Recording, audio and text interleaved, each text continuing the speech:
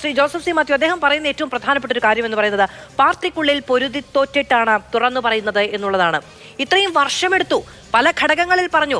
പാർട്ടിയുടെ ഏറ്റവും മനുഷ്യേതരായ നേതാക്കൾക്ക് മുന്നിൽ കോടിയേരി ബാലകൃഷ്ണന് മുൻപിലടക്കം ഈ കാര്യങ്ങൾ പറഞ്ഞു എന്നതാണ് അദ്ദേഹം പറയുന്നത്. കോടിയേരിയെ കൂടി ഈ വിഷയത്തിലേക്ക് വലിച്ചിട്ടു എന്നുള്ളതാണ് CPM ഇപ്പോൾ കുഞ്ഞികൃഷ്ണനെതിരെ ഉന്നയിക്കുന്ന ഏറ്റവും പ്രധാനപ്പെട്ട അവരെ ഏറ്റവും കൂടുതൽ ചൊടിപ്പിക്കുന്ന ഒരു കാര്യവും കോടിയേരിയുടെ പേരടക്കം ഇതിലേക്ക് വലിച്ചിട്ടു എന്നുള്ളതാണ്. അപ്പോൾ ഇത്രയും വർഷങ്ങൾക്ക് ശേഷമാണ് ഇത് തുറന്നു പറയുന്നത്. അത് തോറ്റുപോയി എന്ന തിരിച്ചറിവിൽ നിന്നുകൊണ്ടാണ്. അവരെ ചൊടിപ്പിക്കുന്നത് കോടിയേരി ബാലകൃഷ്ണനോട് ചർച്ച ചെയ്തു എന്നുള്ള വിഷയമല്ല. കാരണം അദ്ദേഹം സംഘടനാപരമായി അദ്ദേഹം പാർട്ടി സെക്രട്ടറിയോടാണ് അത് പറയേണ്ടത്. അവർ നേരിട്ട് പരിചയമുള്ളവരാണ്. അദ്ദേഹം അത് പറഞ്ഞു, അത്രയേ ഉള്ളൂ. അത് പറഞ്ഞില്ലെങ്കിൽ അദ്ദേഹം കുറ്റക്കാരനാണ്. അവരെ ചൊടിപ്പിക്കുന്നത് ഈ അഴിമതി കഥകൾ പുറത്തു വരുന്നു എന്നുള്ളതാണ്. ഇപ്പം നേരത്തെ ശ്രീ ജയചന്ദ്രൻ പറഞ്ഞ പോലെയല്ല, ഞാൻ കമ്മീഷൻ ഇല്ലെന്നൊന്നും പറഞ്ഞില്ല കേട്ടോ. കമ്മീഷൻ ഇല്ലെന്ന് പറഞ്ഞത് TP ചന്ദ്രശേഖരൻ്റെ വിഷയത്തിലാണ്. ഞാൻ മറ്റേ കമ്മീഷൻ അംഗങ്ങളുടെ പേര് പോലും വായിച്ചു. ഞാൻ പറഞ്ഞത് ഈ വിഷയത്തിൻ്റെ അകത്ത് അദ്ദേഹം പറയുന്ന വളരെ ഗൗരവതരമായ കാര്യങ്ങളുണ്ട്. രസീത് കുറ്റിയിൽ സ്പെല്ലിംഗ് മിസ്റ്റേക്ക് ഉണ്ടായ കാര്യമല്ല അദ്ദേഹം പറയുന്നത്. വ്യാജ രസീത് കുറ്റി അടിക്കുകയാണ്. അതായത് പയ്യന്നൂർ സൊസൈറ്റി പ്രസ്സിൽ അടിച്ചു എന്ന അടിയിൽ എഴുതിയിരിക്കുക. അന്വേഷിച്ചപ്പോൾ അവിടെ അല്ല അടിച്ചിരിക്കുന്നത്, മറ്റൊരു സ്വകാര്യ പ്രസ്സിലാണ് അടിച്ചിരിക്കുന്നത്. അപ്പോൾ അവരുടെ പേരല്ലാതെ മറ്റ് ഒഫീഷ്യലി പാർട്ടി അടിക്കാൻ തീരുമാനിച്ച അതേ പ്രസ്സിലാണ് അടിച്ചതെന്നുള്ള രീതിയിൽ വ്യാജ രസീത് കുറ്റി അടിച്ച് അതിൽ 25 ലീഫ് ഉള്ളിടത്ത് 28ാമത്തെ ലീഫിൽ പണം പിരിച്ചിരിക്കുന്ന കാണുന്നു. ഒരു റിയൽ എസ്റ്റേറ്റുകാരൻ നടന്ന് പണം പിരിച്ചിരിക്കുന്നു എന്ന് മാത്രമല്ല, പണം 20 കുറ്റിയിൽ നിന്ന് വരുന്നത് ഈ പാർട്ടിക്ക് കൊടുത്തത് തന്നെ വരുന്നത് 23 ലക്ഷമോ 24 ലക്ഷമോ രൂപയാണ്. അപ്പോൾ ഇതാരിൽ നിന്നാണ് പിരിക്കുന്നതെന്ന് നമുക്കറിയാവുന്നതാണ്. ഇതാണ് ഇവിടുത്തെ പ്രശ്നം അദ്ദേഹം ചൂണ്ടിക്കാണിക്കുന്നത്. ഇങ്ങനെ ഒരു ചെങ്ങാത്ത മുതലാളിത്തം എന്നൊക്കെ നമ്മൾ പറഞ്ഞ് അങ്ങ് ക്ലീശയായി പോയതാണ്. അവിടെ നാട്ടിലുള്ള റിയൽ എസ്റ്റേറ്റുകാരും ബാക്കിയുള്ളവരുമായിട്ടുമൊക്കെ ചേർന്ന് കുറച്ച് പൈസ പാർട്ടിക്കും പിരിച്ചു കൊടുക്കും.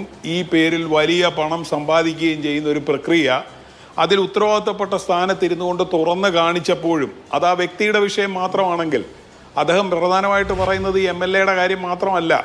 അതാണ് ഇലക്ഷൻ അടുത്തപ്പോൾ പറഞ്ഞു എന്ന് പറയുമ്പോൾ തീർച്ചയായിട്ടും അത് അദ്ദേഹത്തിൻ്റെ ലക്ഷ്യങ്ങളിൽ പെട്ടേക്കാം. പക്ഷേ ഈ പറഞ്ഞ നേതൃത്വം ഇതിനെ സംരക്ഷിക്കാൻ വേണ്ടി ശ്രമിക്കുന്നു. നേതൃത്വത്തിന് ഇതൊരു വിഷയമല്ല. എന്തുകൊണ്ട് വിഷയമല്ല? അതാണ് ഏറ്റവും പ്രധാനപ്പെട്ട കാര്യം. ഇപ്പോൾ അദ്ദേഹം പറയുന്ന KP മധു എന്ന് പറഞ്ഞ നേരത്തെ ഉണ്ടായിരുന്ന ഒരു ഏരിയ സെക്രട്ടറി, അദ്ദേഹത്തെ ആ സ്ഥാനത്ത് നിന്ന് പല കാരണങ്ങളാൽ പുറത്താക്കപ്പെട്ടതാണ്. കാരണങ്ങളെല്ലാം ഞാനിപ്പോൾ പറയുന്നില്ല, പുറത്താക്കിയതാണ്.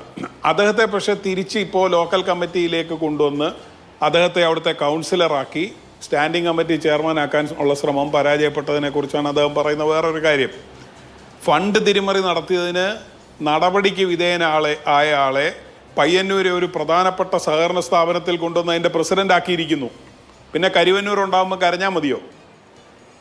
അങ്ങനെ ജനങ്ങളെ ബാധിക്കുന്ന ഈ റിയൽ എസ്റ്റേറ്റ് നെക്സസിൻ്റെ കാര്യം, ഇതുപോലെ നടപടിക്ക് വിധേയരായവരെ പൊതുജനങ്ങളുടെ മേളിൽ പ്രതിഷ്ഠിക്കുന്ന കാര്യം, ഇതെല്ലാമാണ് അദ്ദേഹം തുറന്നു പറയുന്നത്. ഇതെല്ലാം ചൂണ്ടിക്കാണിക്കുമ്പോൾ സംസ്ഥാനത്തെ തന്നെ നേതൃത്വമാണ് കണ്ണൂരെ നേതൃത്വം എന്ന് നമുക്കറിയാം. സംസ്ഥാന നേതാക്കളോട് ഉൾപ്പെടെ പറഞ്ഞാണ്. ഇതൊക്കെ ജില്ലാ കമ്മിറ്റി അംഗങ്ങളാണ്. നേരത്തെ പറഞ്ഞ കോടിയേരി ബാലകൃഷ്ണനോടും ഗോവിന്ദ മാഷോടും ഒക്കെ പറയുന്നതാണ്. ഇവർക്ക് നടപടിയെടുക്കാൻ കഴിയുന്നില്ല. നടപടിയെടുക്കാൻ കഴിയാത്ത രീതിയിൽ ഈ പാർട്ടിയുടെ സംവിധാനം അങ്ങനെ ആയിരിക്കുന്നു. ഈ പിരിവുകളെല്ലാം നടക്കുന്ന അങ്ങനെയാണ്. കാരണം ഇത് മുകൾ തട്ടിലേക്ക് ഇങ്ങനെ തന്നെയാണ് പോകുന്നത്. അത്രമേൽ ശക്തനാണോ ഇപ്പോൾ ഈ കോടിയേരി ബാലകൃഷ്ണനോ അല്ലെങ്കിൽ മറ്റ് പ്രധാനപ്പെട്ട നേതാക്കൾക്കോ ഒന്നും നടപടിയെടുക്കാൻ കഴിയാത്ത തരത്തിൽ ഈ 10 വർഷവും ഈ വിവാദങ്ങൾ ഉണ്ടായിട്ട് നമുക്കറിയാമല്ലോ. സഹകരണ സംഘങ്ങളിലെ ജീവനക്കാർ അവരുടെ ഒരു മാസത്തെ ശമ്പളം മാറ്റിവെച്ചു. ഏതാണ്ട് 10-70 ലക്ഷം രൂപ വരും. എത്ര പേർ സാക്ഷി പറയാനുണ്ടാകും അത് കണക്കിൽ വന്നില്ല എങ്കിൽ? അപ്പോൾ വളരെ പട്ടാപ്പകൽ പോലെ വ്യക്തമായ തെളിവുകളുണ്ട് എങ്കിൽ പോലും നടപടിയെടുക്കാൻ കഴിയാത്തത്ര ശക്തനാണോ കേവലം ഒരു MLA? അതാണ് പറഞ്ഞു വന്നത്. ഇത് ഒരു MLA-യുടെ വിഷയമല്ല. ഒരു MLA-യുടെ വിഷയമാണെങ്കിൽ അദ്ദേഹം അത്ര വലിയ ശക്തനൊന്നും ആകില്ല. നടപടിയെടുക്കാൻ കഴിയും. ഇത് സംസ്ഥാനത്തെ പാർട്ടിയുടെ ഒരു പൊതുചിത്രമാണ്. അല്ലാതെ ഇത് ഒരു ഐസൊലേറ്റഡ് കേസല്ല. അദ്ദേഹം വ്യക്തമായി അദ്ദേഹത്തിന് അറിയാവുന്ന ഒരു കാര്യം പറഞ്ഞിട്ട് ഇപ്പോൾ TI മധുസൂദനൻ ഒരു അഴിമതിക്കാരനാണെന്ന് പറഞ്ഞാൽ നമ്മളിരുന്ന് ഇങ്ങനെ ചർച്ച ചെയ്യേണ്ട കാര്യമില്ല. അത് പയ്യന്നൂർ പോലെ ഒരു പ്രാദേശിക വിഷയമാണ്. പക്ഷേ TI മധുസൂദനെ കുറിച്ച് തെളിവ് സഹിതം പരാതി കൊടുത്തിട്ടും ഈ സമുന്നതരായ നേതാക്കന്മാർക്ക് നടപടിയെടുക്കാൻ കഴിയുന്നില്ല. അത് എന്തുകൊണ്ട് എന്നുള്ള ചോദ്യമാണ് അദ്ദേഹം ഉന്നയിക്കുന്നത്. അതാണ് നമ്മളെയും ചിന്തിപ്പിക്കുന്നത്. അത് ഒരു മധുസൂദനല്ല, പല ഭാഗത്തു നിന്ന് ഇതേ പ്രശ്നങ്ങൾ തന്നെ വരുന്നു. ഈ പ്രശ്നങ്ങളെല്ലാം വന്നിട്ട് ഈ അഴിമതിക്കാർക്കെതിരെ നടപടിയെടുക്കാൻ പറ്റുന്നില്ല. ശബരിമല കൊള്ളയിൽ പത്മകുമാറിനെതിരെ നടപടിയെടുക്കാൻ കഴിയുന്നില്ല. എന്തുകൊണ്ട് കഴിയുന്നില്ല? ഇവർക്ക് നടപടിയെടുക്കാൻ കഴിയാത്ത രീതിയിൽ ഇവരെ ദുർബലരായിരിക്കുന്നു നേതൃത്വം. കാരണം ഇതാണ് സംസ്ഥാന തലം വരെയും നടന്നുകൊണ്ടിരിക്കുന്നത്.